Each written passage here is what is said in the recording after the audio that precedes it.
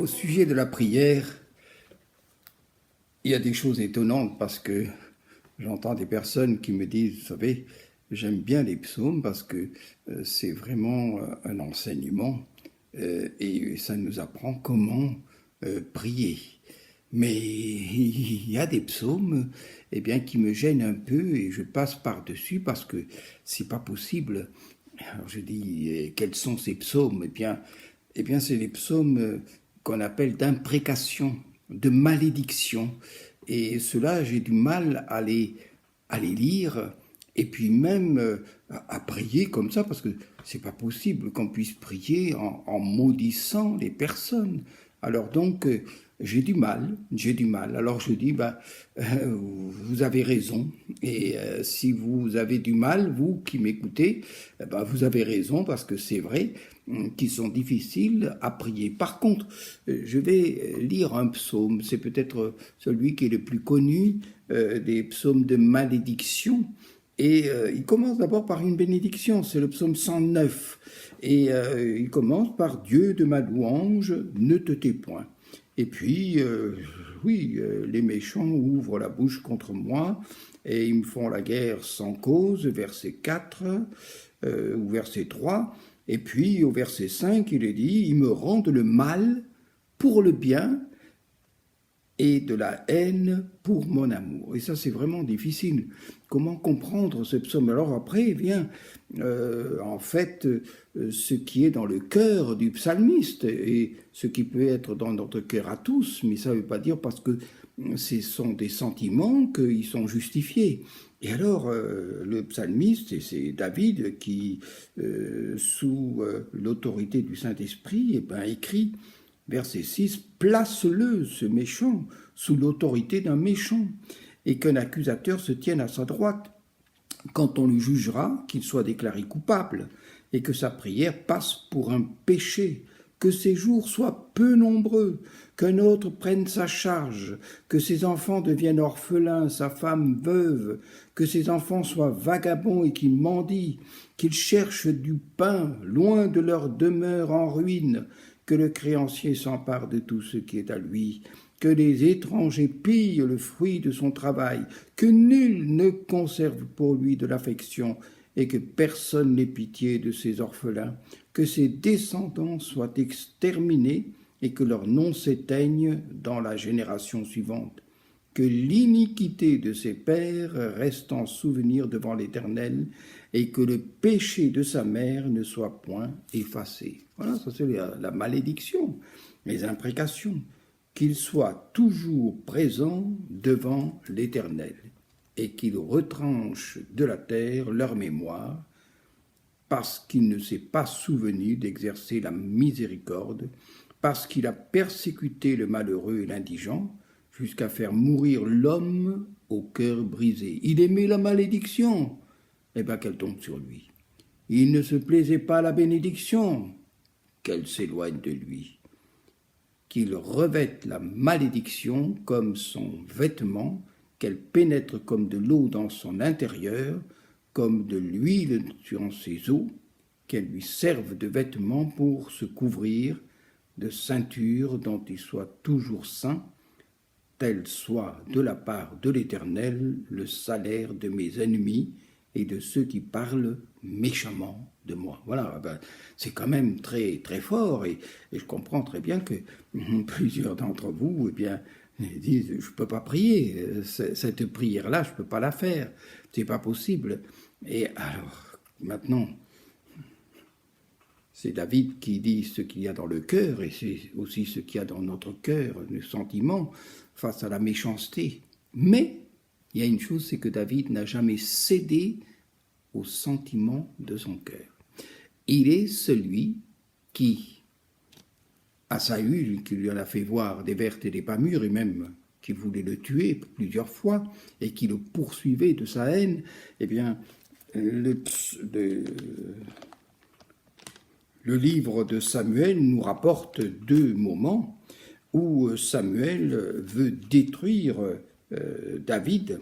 C'est dans le chapitre 24, il est dit au chapitre 24, le premier livre de Samuel, verset 7, et il dit à ces gens que l'Éternel me garde de commettre contre mon Seigneur, loin de l'Éternel, une action telle que de porter ma main sur lui, car il est loin de l'Éternel.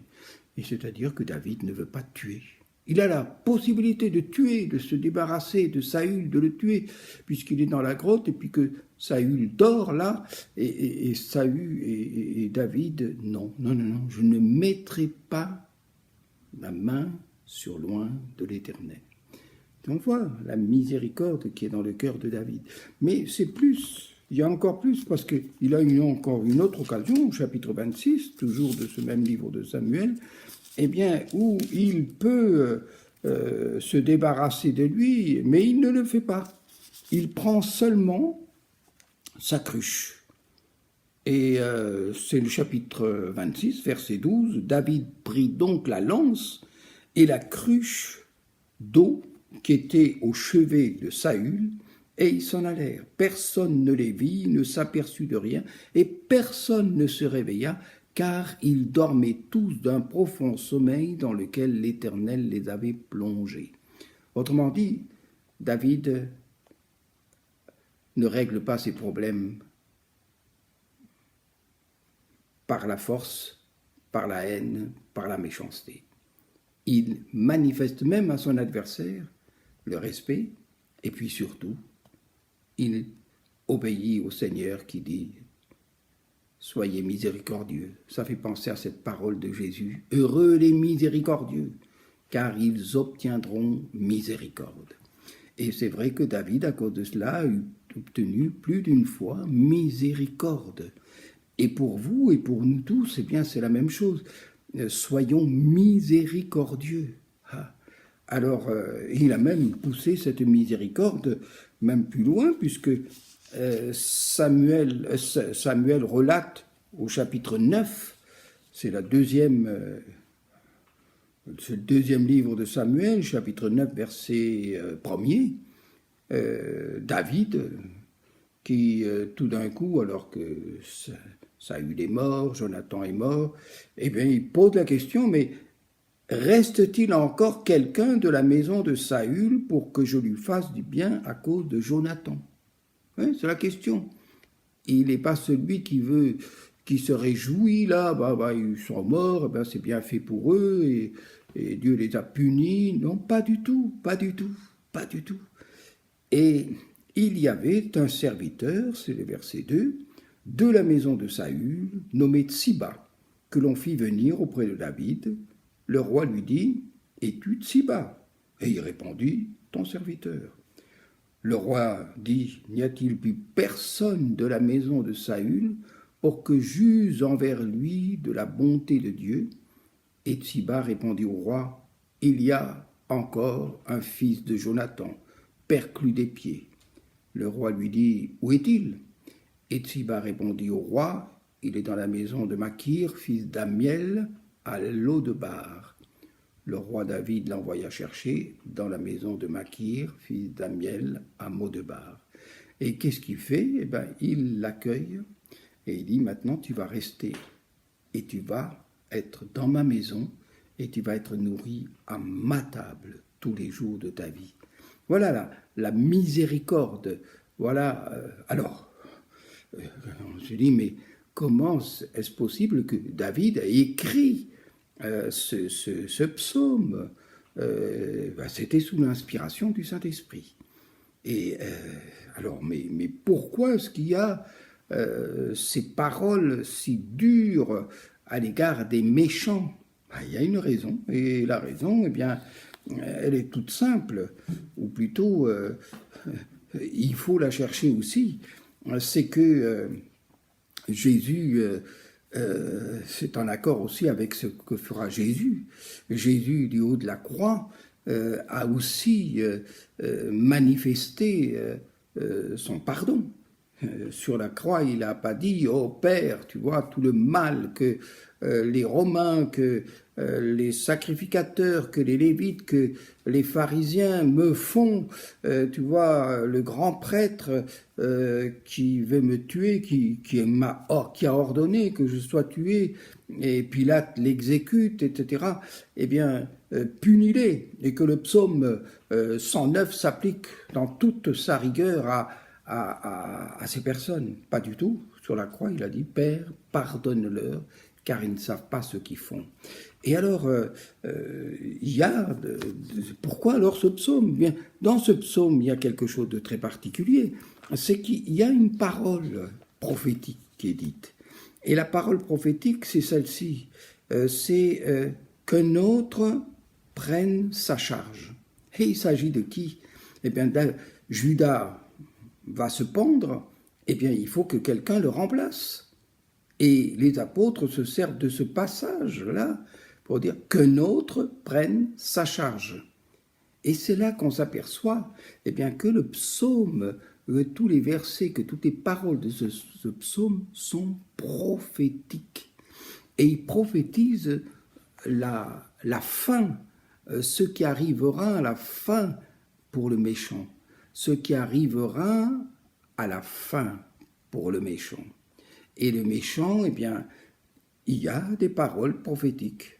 De même qu'il y a des paroles prophétiques qui annoncent dans les psaumes ce qui arrive à Jésus, c'est les paroles que Jésus dit, etc.